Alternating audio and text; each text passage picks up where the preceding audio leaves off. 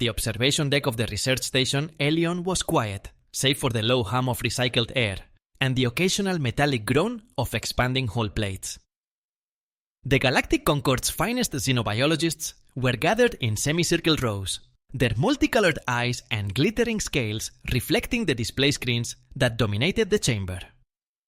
Dr. Vaylin Thross, a tall, silver-skinned Beryl, adjusted the lens of his ocular augment. Subject: Mellibora capensis. Terran classification: small scavenger. Assessment: low threat. His voice carried the smug assurance of a being who had catalogued thousands of life forms without surprise. The holoscreen shifted, displaying a squat, stocky mammal pacing inside a reinforced containment cage. Its coarse fur bristled as it sniffed the air, dark eyes flicking with restless energy. "It looks pathetic," sneered Councillor Harak, an armored Soth warrior whose species towered 2 meters tall. "Barely larger than a juvenile Dralkrat. Is this truly what humans boast about?" Beside him, Captain Elena Ruiz folded her arms. The only human in the chamber, she stood with an expression carved from stone, her dark eyes fixed on the creature. She was 36, a decorated officer of Earth Stellar Corps, and accustomed to skepticism. Her uniform bore no rank flourish, just clean lines and a simple crest, the Terran flame. "You asked for a demonstration?" Elena said coolly. "Now you'll get one. Just don't blink." The alien scientists exchanged glances. Dr. Vaylin gestured with one long finger. "Release the trial predators!" A set of steel doors parted with a hiss. From the adjoining chamber, 3 lanky carnivores slunk forward, each twice the badger's size. They were Krexil pack hunters, their bodies all tendon and sinew, with jaws lined in serrated teeth. The Concorde used them for gladiatorial testing. A benchmark predator feared Ross 5 systems. The honey badger didn't flinch. It lowered its body, fur bristling, and let out a guttural growl so raw it cut through the observation deck's sound filters. The aliens blinked, unsettled. One of the Krexil darted first, jaw snapping. The badger met it head-on. In an explosion of fury, it twisted beneath the lunge, clamped its teeth into the predator's throat, and dug claws like hooked knives into its chest. Blood sprayed the containment field in violent arcs. The scientists recoiled. Hrak's nostrils flared, his voice caught between a scoff and a gasp. "That thing is insane," muttered Vaylin. The second Krexil leapt. The badger let go of the first corpse and whipped around, jaw snapping onto the hunter's snout. It held on, clawing its eyes, while the predator thrashed, slamming itself against the cage walls. The honey badger didn't release until the Krexil collapsed in a twitching heap. By now, the last hunter circled warily. The honey badger turned to face it, blood coating its muzzle, eyes burning with primal ferocity. With a growl that sounded more challenge than warning, it charged. The Krexil tried to retreat, but the badger was faster, latching onto its hind leg and tearing muscle until bone showed white. The predator shrieked, toppled, and the honey badger went for the kill. 3 predators, 3 corpses, less than 2 minutes. Silence choked the observation deck. The smell of burnt ozone and blood hung even through the air filters. Captain Ruiz's voice cut the tension. "That," she said evenly, "is what we call a honey badger." Hrak's armored hands curled into fists. It fought without fear, even against prey larger than itself. It didn't fight without fear, Elena corrected. It fought because fear doesn't matter to it. Pain doesn't matter. Honey badgers don't back down. Not from lions, not from hyenas, not from venom, not from death itself. They just keep going. Dr. Vaylin swallowed, his earlier arrogance gone. A biological anomaly. It should not be able to kill Krexil hunters. Its mass-to-force ratio, its stamina, none of it is. His voice faltered. None of it is possible. Earth's full of impossibilities, Elena said. For a moment, no one spoke. The badger stood atop the heap of predators, chest heaving, fur streaked red but spirit unbroken. It looked almost triumphant. Hrak broke the silence. This was staged. A manipulation. Elena smirked, the first hint of amusement breaking through her military composure. You think so? I could arrange a demonstration outside the cage. Maybe you'd like to step in? The warrior's mandibles clicked, but he said nothing.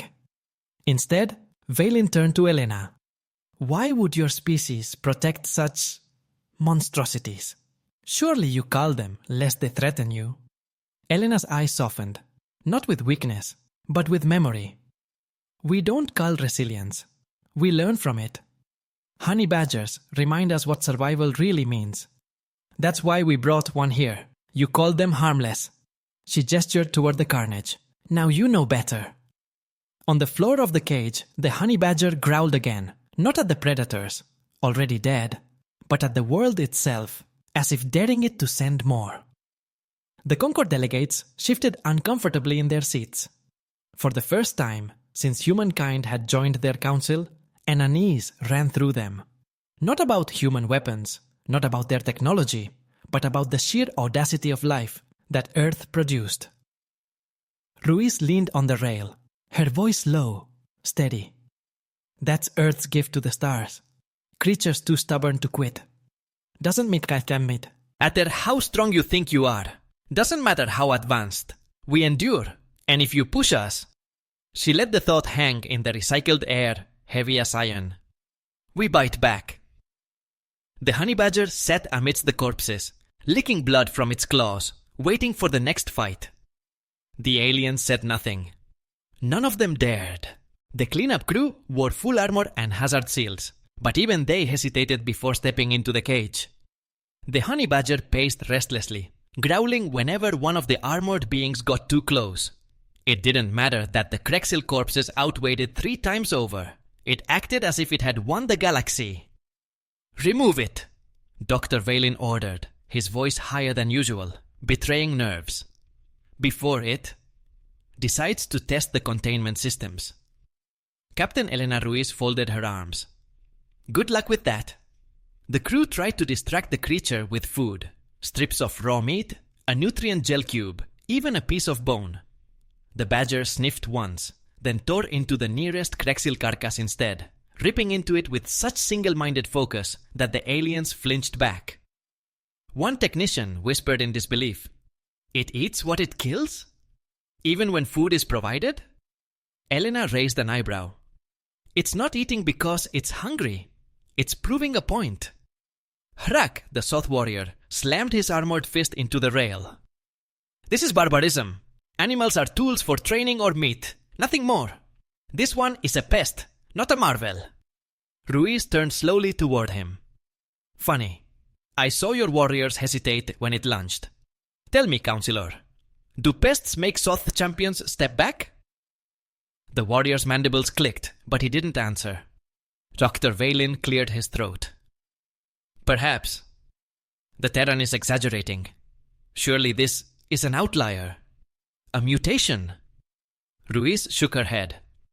"Every honey badger is like this. Doesn't matter if it's young or old, male or female. Their entire species was built by Earth's brutality. Heat that cooks flesh. Cold that cracks bone. Predators from every angle. Venom in the grass. Death in the sky. You don't survive Earth by being cautious. You survive by fighting everything. Every time." Silence spread again. The station's lights hummed. Finally, Vaylin asked, almost reluctantly, "And how do you control such a creature? What stops them from turning on you?" Ruiz's lips curved into something that wasn't quite a smile. "Who says we ever did?" The implication landed like a shockwave. The Concord delegates shifted uncomfortably, their frills and crests twitching.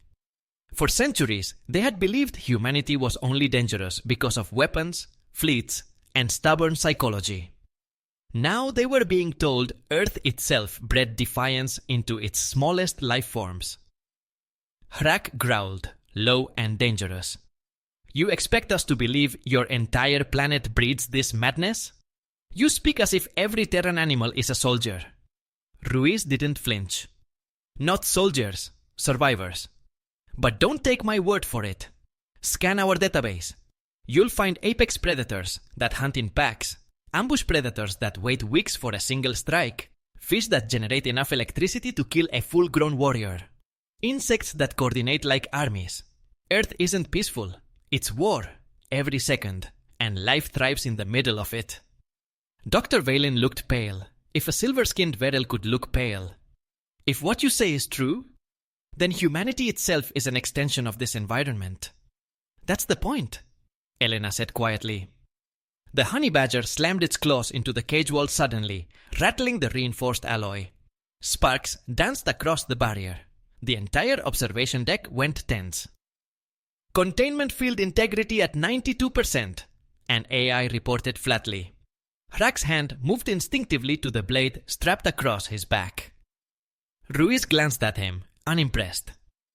Relax, it's not getting out. Then with a half smirk, probably. Valen's throat made a nervous clicking sound. We've underestimated more than the creature, haven't we? You've underestimated us, Ruiz corrected.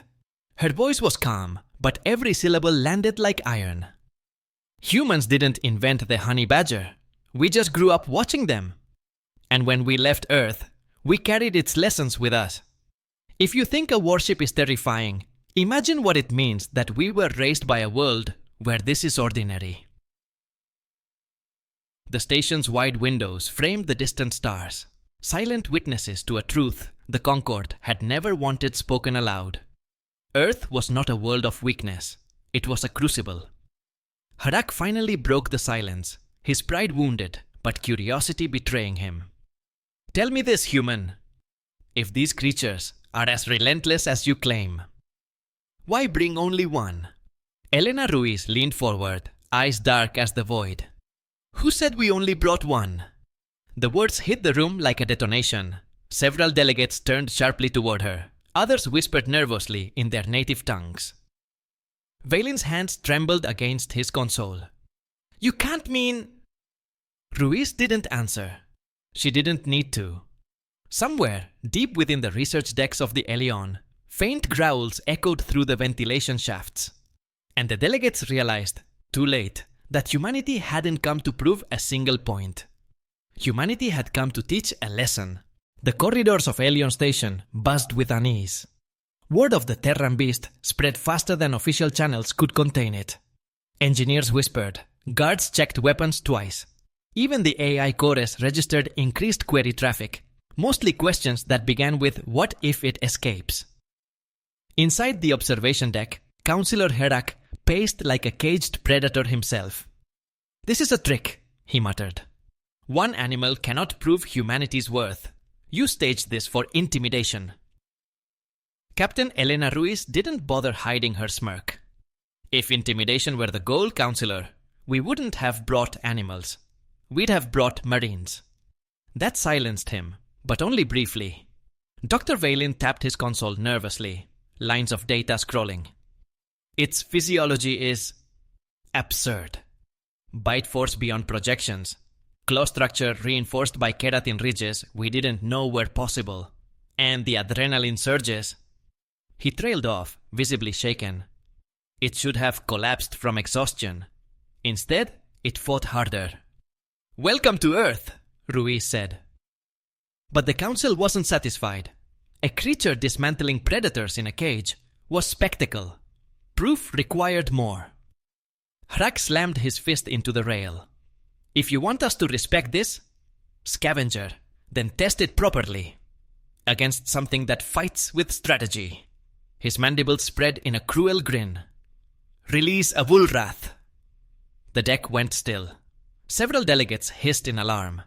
Valen's augment lens flickered. A Vulrath? That's madness. Ruiz's eyes narrowed. Explain. Valen's throat plates fluttered. The Vulrath is no simple predator. It hunts in patterns, sets traps, breaks bones slowly to immobilize prey. Even Soth champions avoid them when they stalk the jungles of Gorath Prime. Hrak bared his teeth in something like pride. Let us see if your fearless beast can endure cunning. Ruiz considered him, expression unreadable. Then she shrugged. Fine, open the gate. The chamber lights dimmed as heavy doors rumbled open. From the shadows emerged the Vulrath, a nightmare of sinewed muscle and armored scales, nearly 3 meters long, moving with predatory grace, its 6 limbs spread low, claws tapping against alloy. Eyes glowed with cold intelligence. The honey badger stood its ground, blood still caked in its fur from the earlier fight. It sniffed the air once, then lowered its body, ready. The delegates leaned forward. Even Harak's confident grin twitched at the edges. The Vulrath circled, tail lashing. It didn't charge blindly like the Krexil. It feinted left, then right, testing its opponent. The honey badger growled, pivoting with it, always facing, never retreating. Then the Vulrath struck, fast as plasma fire. A claw swiped. The badger dodged, barely, and countered with snapping jaws that scraped off armored scales. The Vulrath recoiled, surprised. It adjusted its stance, moving slower now, deliberate. It wanted to wear the smaller creature down. For minutes, Predator and Scavenger exchanged blows. The Vulrath slashed and retreated. The badger bit and clawed, tearing strips of flesh when it found openings. Blood spattered across the cage, a mix of crimson and dark violet. On the deck, the scientists muttered in disbelief. It should have fled. It doesn't know fear. No, it doesn't care about fear. Then the Vulrath changed tactics. With a sudden lunge, it pinned the badger beneath one massive claw. Bones cracked. The honey badger let out a guttural snarl, but instead of surrendering, it twisted its head and bit straight through the Vulrath's talon. Bone crunched. The Vulrath shrieked. The badger wriggled free, ribs clearly broken, but still fighting. It launched itself onto the Vulrath's back, claws digging, teeth sinking into the softer flesh between armored plates. The larger predator rolled, slammed against the cage, tried everything to shake it loose. The honey badger clung on with the fury of something that simply refused to die. Minutes later, the Vulrath collapsed, shuddering. Its armored chest was torn open, entrails steaming. The honey badger, battered and bleeding, stood on top of it, still growling, daring the galaxy for more. The chamber went silent again.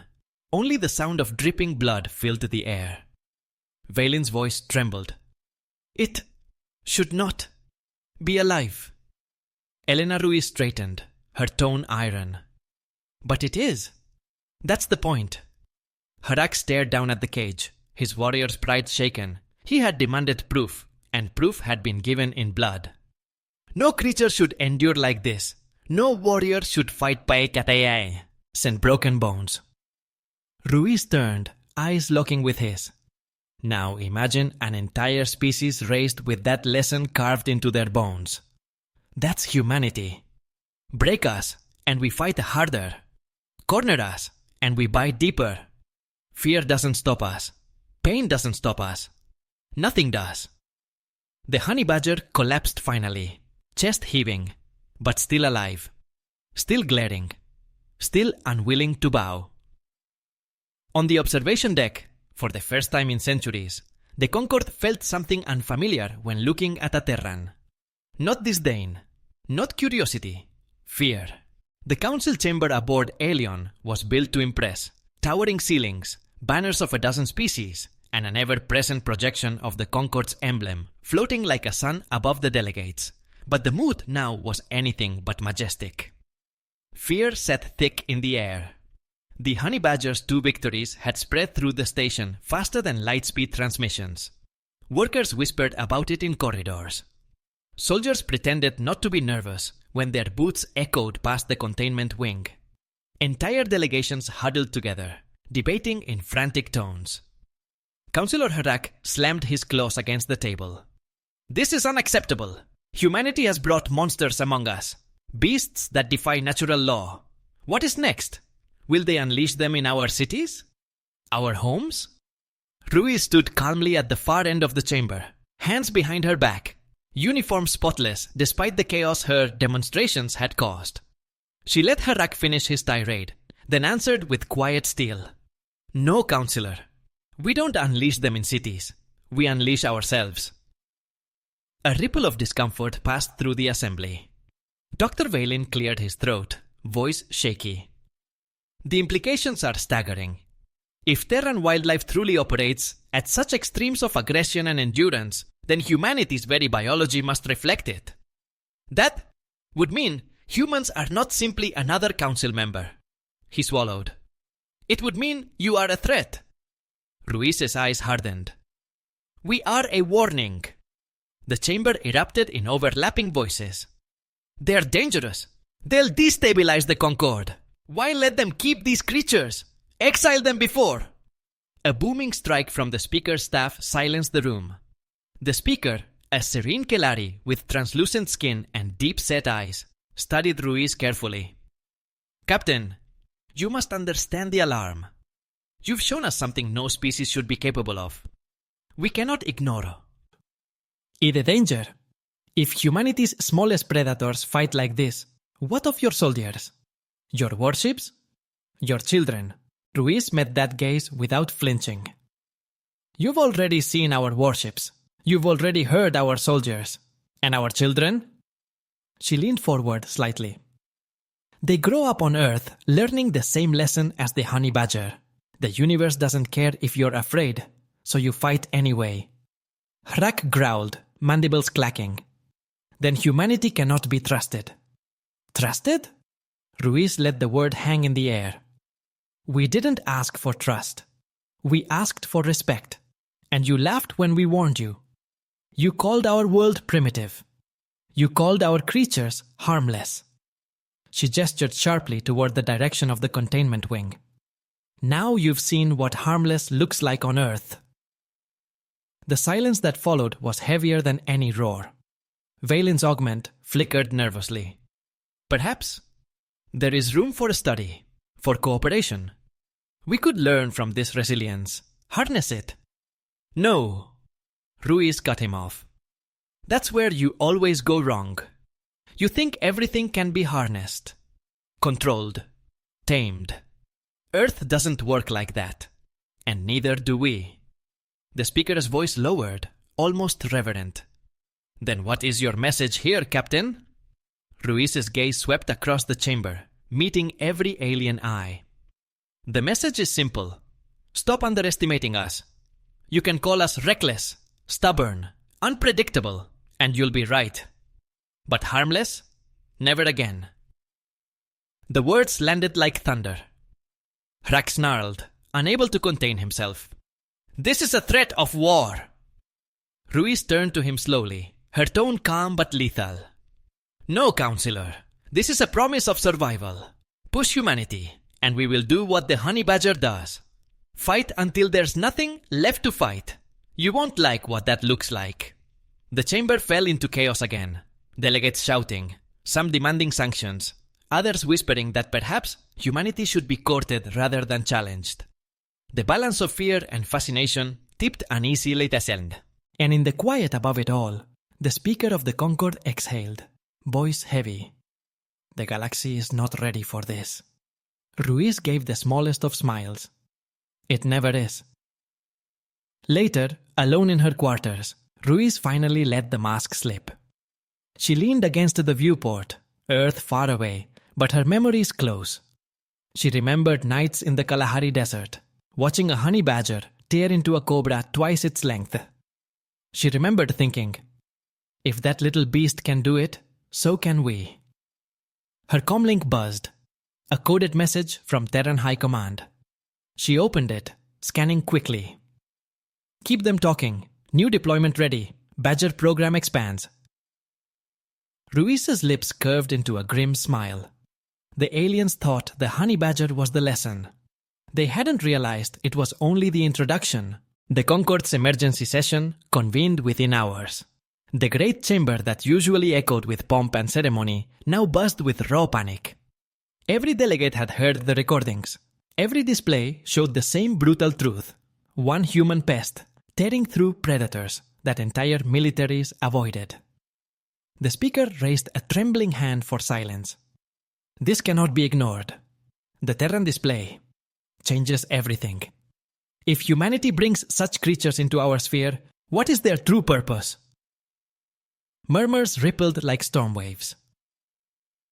Captain Elena Ruiz stood at the center dais, the lone human against a wall of alien suspicion. Yet she looked unshaken, hands clasped neatly behind her back, eyes sharp as blades. "You're all asking the wrong question," she said. "The point isn't what the honey badger is. The point is what it represents." Hrak slammed his armored fist against the table, voice booming. "It represents savagery. It represents the danger of allowing humanity into our ranks.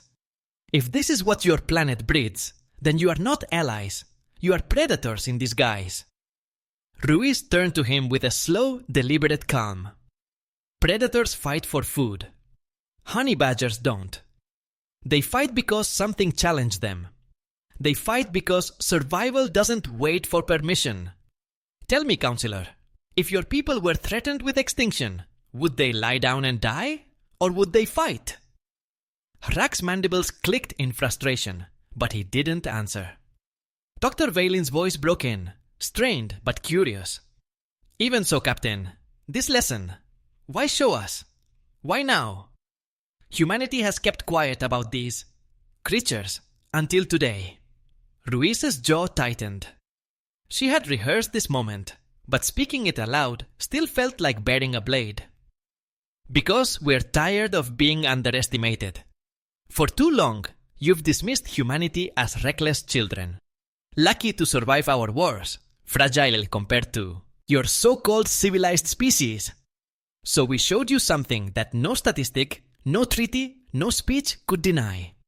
We showed you Earth's truth." The holoscreens behind her flickered alive. Not just the honey badger now, but clips of Terran wildlife compiled for maximum impact. Lions driving off larger predators, wolves hunting in disciplined packs, orcas flipping sharks, ants overwhelming creatures 100 times their size. The chamber filled with the sight of Earth's relentless symphony of survival. Ruiz let the images play, her voice cutting through. "This is where we come from. This is what shaped us. And if you think humanity is dangerous with ships and guns, remember, those came after. Long before we forged steel, we fought with teeth and fire. Against a world that never gave us mercy. That's what forged us. That's why we don't stop." Silence weighed heavy. Some delegates leaned back as if the images themselves were threats. Others stared with wide, fearful awe. The speaker finally spoke, voice low. "You mean to say, humanity is the honey badger?"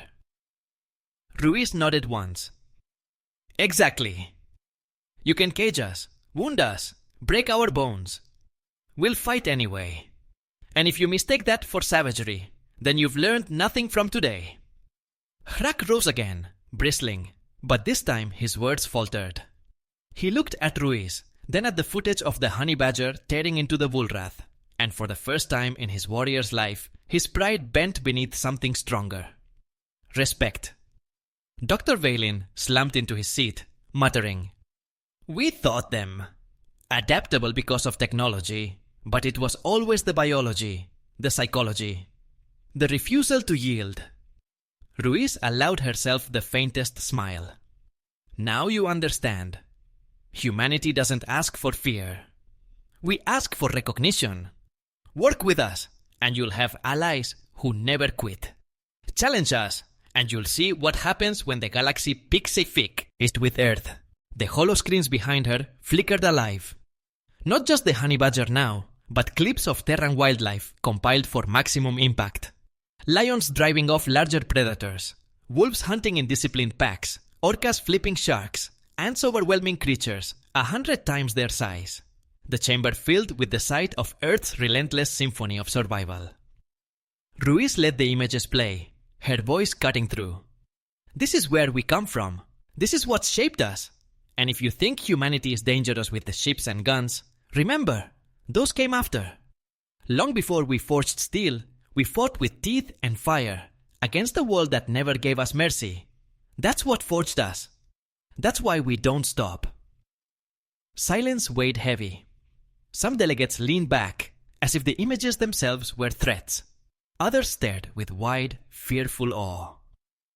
The speaker finally spoke, voice low. "You mean to say, humanity is the honey badger?" Ruiz nodded once. "Exactly. You can cage us, wound us, break our bones. We'll fight anyway. And if you mistake that for savagery, then you've learned nothing from today." Hrak rose again, bristling, but this time his words faltered. He looked at Ruiz, then at the footage of the honey badger tearing into the bullrath. And for the first time in his warrior's life, his pride bent beneath something stronger. Respect. Dr. Valen slumped into his seat, muttering, "We thought them adaptable because of technology, but it was always the biology, the psychology, the refusal to yield." Ruiz allowed herself the faintest smile. "Now you understand. Humanity doesn't ask for fear. We ask for recognition. Work with us, and you'll have allies who never quit. Challenge us, and you'll see what happens when the galaxy picks a fight with Earth." The speaker's staff struck the floor, a resonant boom. "This session is adjourned. The Concord will deliberate." Ruiz gave a bow que esmesteme el bow. "Do that. Just remember what you saw today when you vote." Hours later, Ruiz walked alone through the quiet corridors of Aelion. The chaos of the council chamber was behind her, but the weight of what came next pressed heavy. She reached the containment wing, pausing before the reinforced glass. Inside, the honey badger lay curled, battered, but alive. Its sides rose and fell with ragged breaths. And yet, even broken, even bloodied, it opened its eyes at her presence and growled. A sound of defiance. A sound that said, "I'm not done." Ruiz whispered, almost to herself, "Neither are we." Her comlink buzzed again with a priority message. She tapped it open. "Terran High Command. Concord divided. Majority now fears us. Exactly as planned. Next phase. Initiate Badger Protocol." Ruiz exhaled slowly, her gaze never leaving the scarred, unyielding creature before her. The galaxy thought it had seen the worst humanity could show. They hadn't even scratched the surface, and somewhere in the endless dark between stars, whispers began to spread across fleets and councils alike. If the smallest of Earth's beasts cannot be broken, what chance does the galaxy have against humanity itself?